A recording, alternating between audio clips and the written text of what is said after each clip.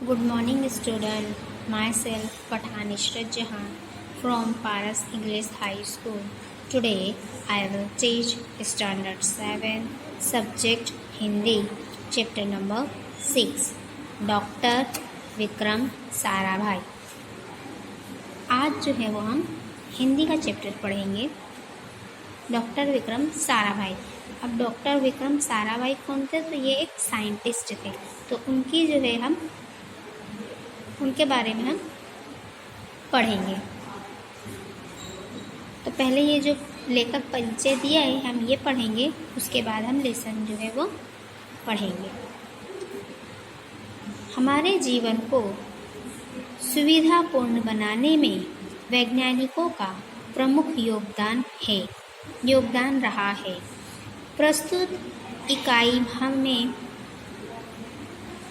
विक्रम साराभाई जैसे अद्भुत व्यक्तित्व से परिचित कराती है, जिन्होंने विज्ञान, प्रौद्योगिकी, शिक्षा, उद्योग, वाणिज्य, व्यवसाय, प्रबंध आदि अनेक क्षेत्रों में देश की प्रगति के लिए उल्लेखनीय कार्य किया। उनके जीवन की घटनाओं से प्रेरित होकर अवलोकन, परीक्षण व परिश्रम से वैज्ञानिक दृष्टिकोण विकसित कर हम भी महान वैज्ञानिक बन सकते हैं और मानव जाति की अनुपम सेवा कर सकते हैं। देखो, अब हम यहाँ क्या लिखा है, जो लेखक हैं उन्होंने ये लेसन लिखने से पहले उन्होंने कहा है कि यानी कि हमारे जीवन में हमारे जीवन में वैज्ञानिकों का बहुत ही बड़ा योगदान है, बहुत ही मुख्य योगदान है कि हमारी, देखो सबसे पहले तो हमारी जो लाइफ है उसको ईजी बना दिए हैं ना, हर एक चीज़ की सुविधाएं बना दी गई हैं, है ना। चाहे वो यानी कि विक्रम साराभाई जैसे अद्भुत वैज्ञानिक की वजह से ही आज जो है मानव जीवन जो है वो बहुत ही आसान हो गया है। अब चाहे वो औद्योगिक हो, शिक्षा हो, वाणिज्य हो, व्यवसाय हो या प्रबंधक हो, ये कोई भी क्षेत्र में गिना जाए तो हर क्षेत्र में जो है वो प्रगति हुई है, यानी कि तरक्की हुई है, विकास हुआ है। और ये सारी चीज़ें जो हैं वो हमारे महान वैज्ञानिकों के कारण ही हुई है, साइंटिस्ट के कारण ही हुई है। तो उनके जीवन में जो घटनाएं यानी कि जो हादसा हुए हैं तो उनसे प्रेरित होकर यानी कि ये जो लेसन लिखा गया है। तो अब जो है हम लेसन पढ़ेंगे। देखो, आप ये पिक्चर देख रहे हो, ये विक्रम साराभाई की है। Let's now start it. एक ऐसे महान वैज्ञानिक थे, जब वे मात्र 2 वर्ष के थे तब गुरुदेव रविंद्रनाथ ठाकुर ने भविष्यवाणी की थी कि यह बालक बड़ा होकर बहुत यशस्वी बनेगा, और उस बालक ने उनकी भविष्यवाणी अपने कर्मों से सच साबित कर डाली। क्या आप जानते हैं वे कौन थे? वे थे हमारे महान वैज्ञानिक डॉक्टर विक्रम साराभाई। देखो, अब ये फर्स्ट पैराग्राफ में क्या लिखा था कि एक वैज्ञानिक ऐसे थे, यानी कि विक्रम साराभाई की बात की गई है कि जब वो 2 वर्ष के थे यानी 2 साल के थे तब उनके गुरुदेव जो थे रविंद्रनाथ ठाकुर, उन्होंने भविष्यवाणी की थी। उन्होंने उनका फ्यूचर बताया था कि कहा था कि ये जो लड़का है ये बड़ा होकर कुछ बहुत ही महान काम करेगा या फिर महान इंसान बनेगा। और फिर डॉक्टर साराभाई जो थे उन्होंने उनकी भविष्यवाणी को अपने कर्मों से, मतलब कि अपने काम की वजह से सच साबित कर दिया, है ना, और वो महान वैज्ञानिक बन गए। डॉक्टर विक्रम साराभाई का जन्म 12 अगस्त सन 1919 को अहमदाबाद में हुआ था। उनका परिवार एक प्रतिष्ठित उद्योगपति परिवार था। पिता का नाम अम्बालाल था, माता का नाम सरला देवी था। विक्रम साराभाई 8 भाई बहन थे। देखो अब जो है यहाँ से विक्रम साराभाई की जो है वो बताई गई कि वो कब पैदा हुए, कहाँ थे, उनका परिवार कैसा था, उनकी माँ का नाम क्या था, उनके पिता का नाम क्या था। तो विक्रम साराभाई का जन्म 12 अगस्त 1919 में अहमदाबाद में हुआ था, यानी कि वो हमारे राज्य से बिलोंग करते थे, है ना, हमारी सिटी से, अहमदाबाद सिटी से बिलोंग करते थे। और उनका परिवार एक प्रतिष्ठित उद्योगपति था, यानी कि किसान घर के थे वो। पिता का नाम अम्बालाल था और माता का नाम सरला देवी था। विक्रम साराभाई कितने 8 बहन भाई थे वो लोग। बाल्यकाल से प्रतिभावना विक्रम साराभाई के बचपन का यह प्रसंग उनके सफलता हासिल करने के बुलंद इरादे को दर्शाता है। देखो अब जो है हमारा जो लेसन स्टार्ट होगा तो इसके अंदर जो है उनकी बाल कथा, यानी कि बचपन के दौर में उनके साथ क्या क्या हुआ था, बचपन की कहानी से इस लेसन के अंदर जो है वो वर्णन दिया गया है।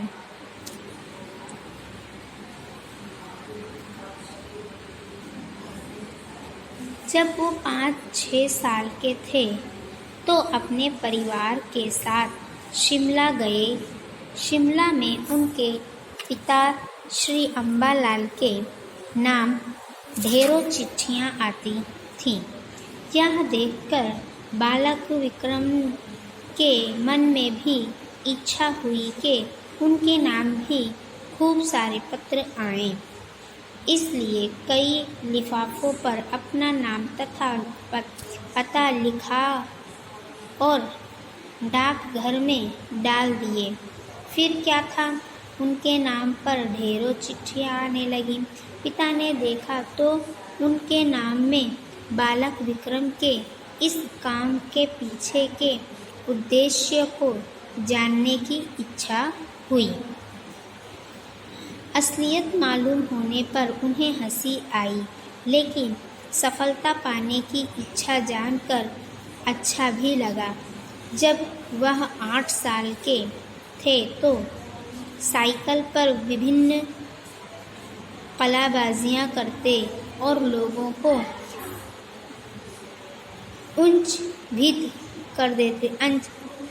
अचंभित कर देते। उन्हें साहसिक कारनामे प्रिय थे। गणित तथा भौतिक के प्रति उनकी गहरी दिलचस्पी थी। अब देखो यहाँ क्या बताया है कि जब विक्रम साराभाई 5 या 6 साल के थे तो वो अपने परिवार के साथ कहाँ गए, शिमला गए, है ना। तो शिमला गए तो वहाँ उनके पिताजी जो श्री अम्बालाल थे उनके लिए बहुत सारी चिट्ठियाँ आती थी, उनके नाम ढेरों चिट्ठी आती थी। तो जब डॉक्टर ये देखें तो उनको बहुत यानी कि वो लगा कि मेरे नाम भी चिट्ठियाँ आएँ, क्यों ना मैं भी ऐसा काम करूँ। तो वो बोले अब मैं क्या करूँ। तो वो क्या करते थे कि खुद ही लिफाफे बनाते थे और खुद ही उसमें चिट्ठियाँ लिखकर अपना पता और अपना नाम लिख देते थे। तो जब उनके नाम की चिट्ठियाँ आने लगी उनके घर पे तो उनके जो फादर थे श्री अम्बालाल, पिताजी जो थे, तो वो ये देखकर बहुत यानी कि उनको हंसी भी आई कि यानी कि मेरा बेटा ऐसा कर रहा है कि खुद ही चिट्ठी लिख रहा है और खुद ही के घर पे पोस्ट कर रहा है ना। उनको हंसी भी आती। तो फिर वो जब इस चिट्ठी का मामला यानी कि उन्होंने ऐसा क्यों किया, इसके बाद इसके पीछे का जो है वो राज जानने की कोशिश की तो उनको पता चला कि मेरा बेटा कुछ महान काम करने वाला है। तो उन्होंने बोले कि लेकिन अगर सफलता उसको हासिल करना है तो उसके लिए उन्होंने क्या किया कि उसका सहयोग दिया, है ना। और जो विक्रम साराभाई थे वो जब 8 साल के थे तो उन्हें साइकिल पर अलग अलग प्रकार की कलाबाजियाँ यानी कि एडवेंचर्स यानी कि करने के बहुत शौक़ थे। तो वो अलग अलग जो है वो कलाबाजियाँ करते थे, यानी दिखाते थे सबको कलाबाजी, और फिर जिसको लोग देखकर अचंभित हो जाते, हैरान रह जाते थे, है ना। तो उनका यही साहसिक कारनामा देखकर उनके पिता को बहुत अच्छा लगता था, और उनकी जो दिलचस्पी थी वो कौन सी थी, गणित में यानी कि मैथ्स में थी, और भौतिकी के प्रति थी, है ना। तो इस दोनों चीज़ को लेकर उन्होंने जो है वो अपनी लाइफ में आगे बढ़ना शुरू कर दिया था। अब आगे देखेंगे हम।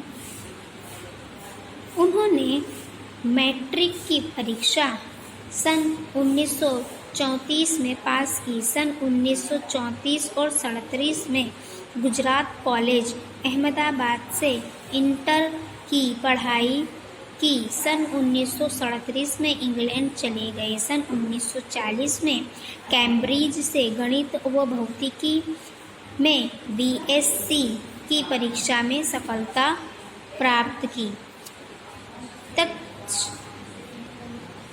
तत्पश्चात द्वितीय विश्व युद्ध के शुरू होते ही विक्रम साराभाई भारत लौट आए। भारत में उन्होंने सर सीवी रमन तथा डॉक्टर होमी भाभा का सानिध्य मिला। वहाँ राष्ट्रीय स्वतंत्रता आंदोलन से बड़े प्रभावित हुए। वह सन 1942 में वहाँ मृणालिनी स्वामीनाथन के साथ विवाह सूत्र में बंधे। देखो अब जो है यहाँ उनका बचपन का, ये पैराग्राफ में उनके बचपन का बात दिया गया। अब ये दूसरे पैराग्राफ में जब वो बड़े हुए तब उन्होंने मैट्रिक की एग्ज़ाम 1934 में, सन 1934 में पास किया,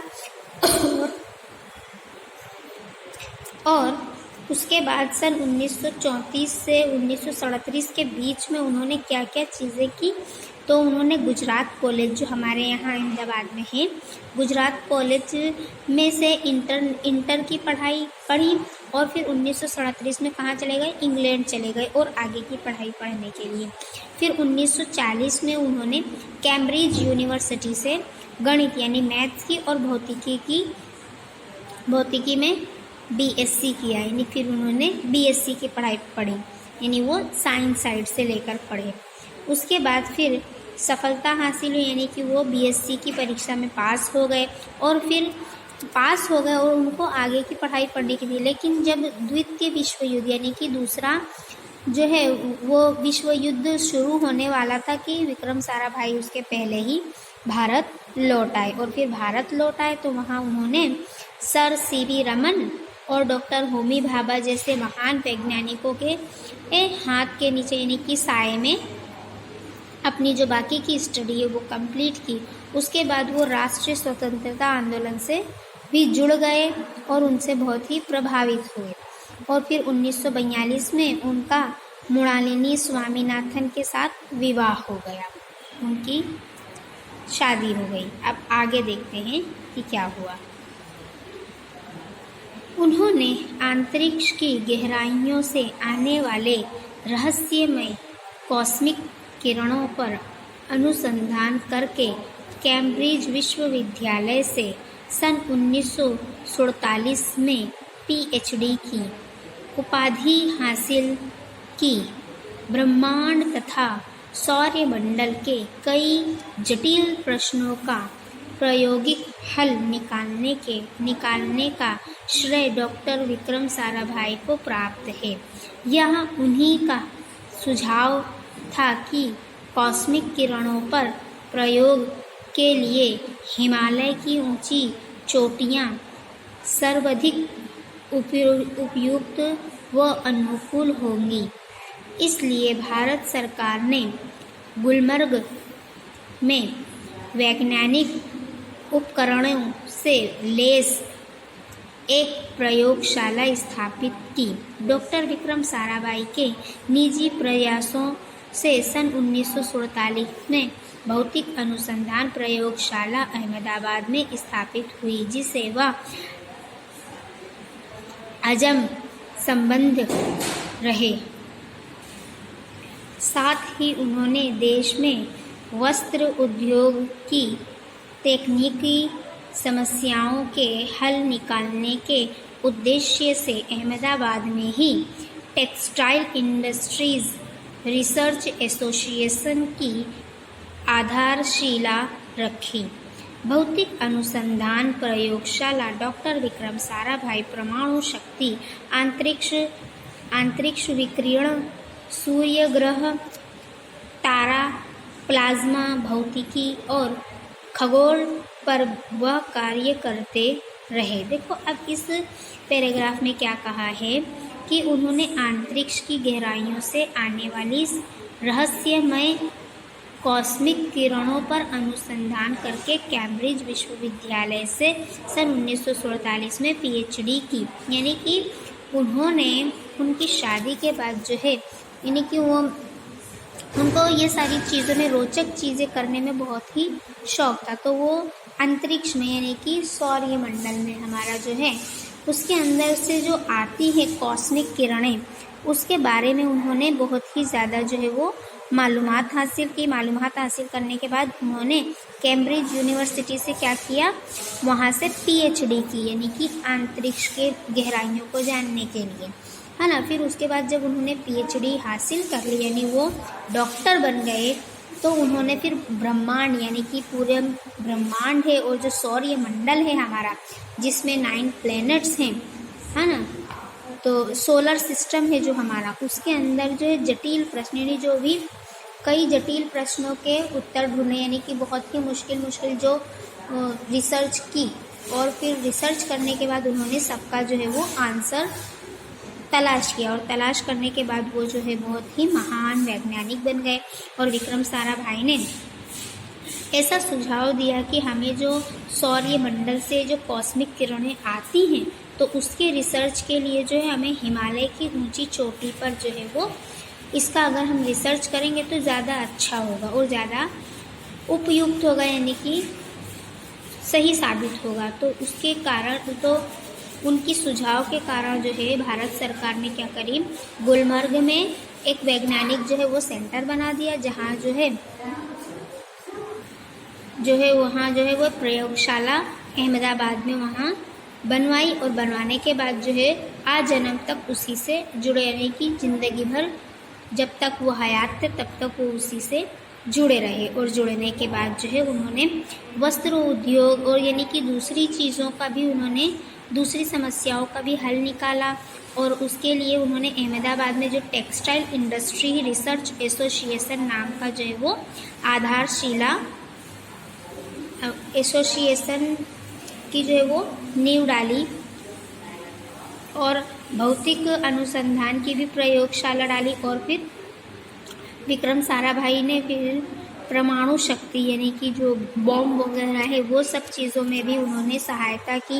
अंतरिक्ष की विकिरणीय और सूर्य ग्रह, तारा, प्लाज्मा भौतिक और खगोल शास्त्र जैसे कार्य में भी वो जुड़े रहे।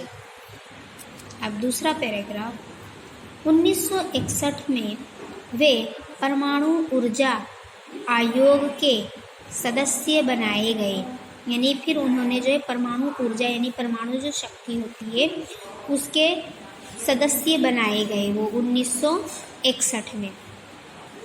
डॉक्टर भाभा की मृत्यु के पश्चात परमाणु ऊर्जा संस्थानों का भार युवा वैज्ञानिक डॉक्टर विक्रम साराभाई के कंधों पर ही आ गया। उन्होंने भारतीय अनुसंधान केंद्र का गठन किया। डॉक्टर विक्रम साराभाई उसके पहले अध्यक्ष बने। यह उनकी अगुवाई एवं अथक परिश्रम का ही परिणाम है कि भारत में दूरसंचार, दूरदर्शन व मौसम विज्ञान के लिए प्रेक्षपति अनेक उपग्रह अंतरिक्ष में सफलतापूर्वक कार्य कर रहे हैं। यानी कि अब यहाँ क्या बताया गया है कि जब डॉक्टर होमी भाभा की मृत्यु हो गई यानी वो उनकी डेथ हो गई, तो उनके बाद जो सारी ये ऊर्जा यानी कि परमाणु ऊर्जा की जितनी भी जवाबदारी थी वो वैज्ञानिक डॉक्टर साराभाई के ऊपर आ गई। और फिर उनको जो है भारतीय अनुसंधान केंद्र का गठन किया गया है ना, और फिर उनको जो है उस गठन का अध्यक्ष बनाया गया। अध्यक्ष बनाने के बाद उनके ऊपर सारी जवाबदारी आ गई और उनके अनेक परिश्रम और परिणाम के वजह से जो है हर एक चीज़ जो है वो आसान हो गई। जैसे दूर संचार यानी कि फ़ोन का है, दूरदर्शन यानी कि जो हमारी टीवी है, तो ये सारी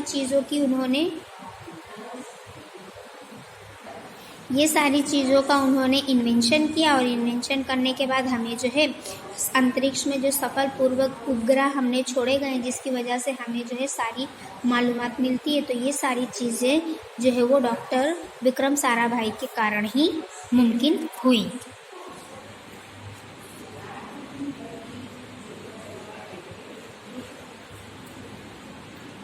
डॉक्टर विक्रम साराभाई ने अपना संपूर्ण जीवन भारत तथा विज्ञान के समग्र विकास के लिए समर्पित कर दिया। भारत के विकास में उत्कृष्ट योगदान के लिए उन्हें कई राष्ट्रीय और अंतर्राष्ट्रीय सम्मान प्राप्त हुए। सन 1962 में उन्हें डॉक्टर शांति स्वरूप भटनागर पुरस्कार, सन 1966 में पद्म भूषण तथा 1972 में मरणोत्तर पद्म भूषण जैसे अलंकारों से नवाजा गया। निःशास्त्रीय कारण के संबंधित कई महत्वपूर्ण अंतरिक्ष संस्थाओं में भी भारत के प्रतिनिधि रहे। डॉक्टर विक्रम साराभाई सन 1966 में international council of scientific union के सदस्य रहे। सन 1968 में संयुक्त राष्ट्र संधान में यूनेस्को के विज्ञान विभाग अध्यक्ष बने और उन्हें इंडियन जियोलॉजिकल यूनियन का प्रमुख भी बनाया गया।